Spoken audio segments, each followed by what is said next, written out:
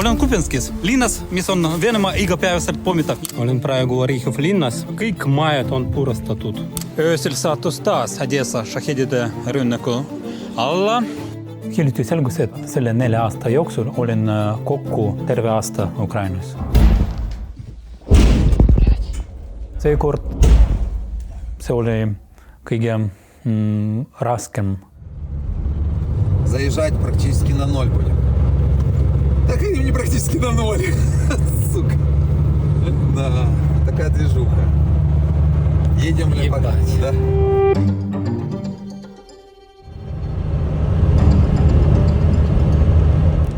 Jõudsin koos vabatahtlikuga. Tema leppis kokku oma sõpradega. Nad on sõjaväelased. Kõik lepitud kokku, et me tuleme, võtame neid ja sõidame nendega tagasi. Rotatsioon oli.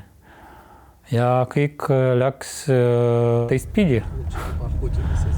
Nii, juba sõidame positsioonidele, sõidurite juurde. Ja see oli juba hilisõhtul, oli pime, sõitsime, meie ees oli Hummer.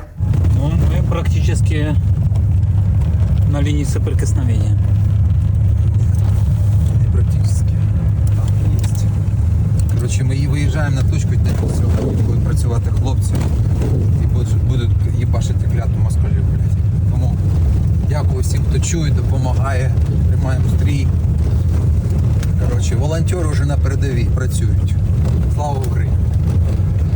Sõitsime umbes 100 kilti tunnis.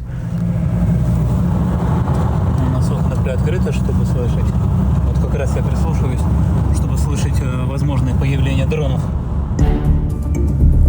Он, блядь, что там такое, видишь? Летит, да. FPV-шка. Ёбаный болт. Вторая. Блядь, да. Убивает нас, Господи. Не убивает наших детей, насилует наших женщин, издевается над стариками, уничтожает, Господи. Мы стоим на правильном пути, Господи, Ты все можешь. Ja siis meil läks katki rehv. Блядь, я колесо провел. Sel hetkel oli vaja pöörata vasakule, kus oli silt.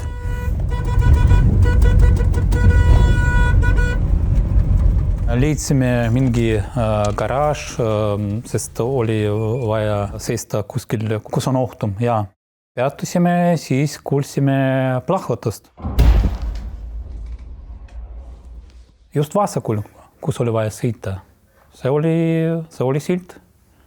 Ma ei tea, äkki Jumal olemas, sest ta tegi spetsiaalselt seda. Так, ты тогда свети. Пойдем выше, нам надо поймать сигнал, связь. Вот так вот, да. К сожалению, приходится проникать в чей-то дом. Ну, открытый, но все равно. Ну, сука, война, главное выжить.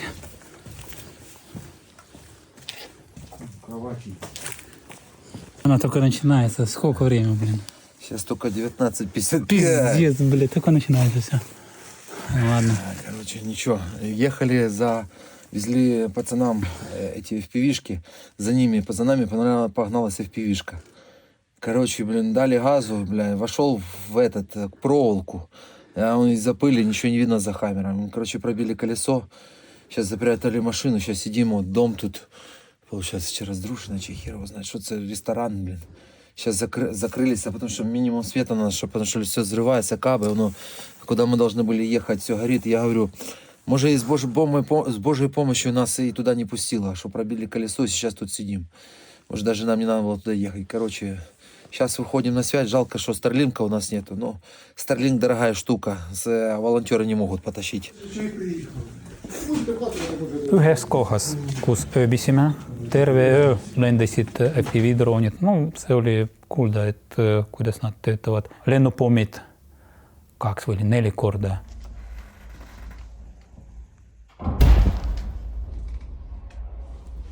Siis Ukraina sõdur ütles mulle, lähai. Kuidas tõlkida? Ложись. Maha. kartsin ja mõtlesin, mitte praegu. Mul on elus eesmärk, lapsed. Перед тим де в'їбало? Ото де горить, Ну. і може там, блядь, метрів 100 до того, що горить. Praegu istume kelderis. Hommikul stardime tagasi. See on esimene ja viimane kord nullis. Magada ei saanud, proovisin. Lähedal olid sõjaväelased, nad magasid, norskasid. Mul olid beruušid kaasas, panin, nad ei jäädanud. Короче, такие дела. Но Рома ощущает именно адреналин хороший. Ну, адреналин, конечно, ощущается. Да, он хотел... Lihtsalt ootasin hommikuni. Ну что ж, приходится прятать машину в одном из домов. Ootasime hommikuni ja oli vaja vahetada rehv. Võttis väga palju aega. Mingi probleem oli. Kasutasime VD. No lõpuks vahetasime. Блядь, посмотришь потом, давай, Вич.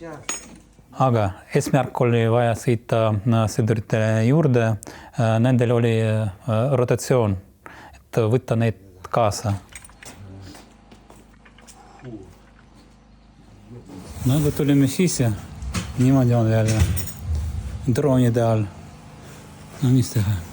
Sõitsime välja, ma ei saanud midagi normaalselt pildistada või filmida, sest minu eesmärk oli jälgida teed. Vabatahtlik oli rooli taga, mina jälgisin, kuidas me sõidame. Ja siis lõpuni ma navigeerisin teda. Все. Что, вышли? Рома, ну вы вышли! Спасибо, что мы отремонтировали. Ты же понимаешь, почему мы пробили колесо? Конечно. Мы вовремя ушли под этот навес. Да, Нас бы просто там дрон убил бы. Господи, спасибо тебе, огромное спасибо. Ой, я в тебя верю, мы делаем добро. No, kui jõudsime, siis rääkisime natuke sõjaväelastega.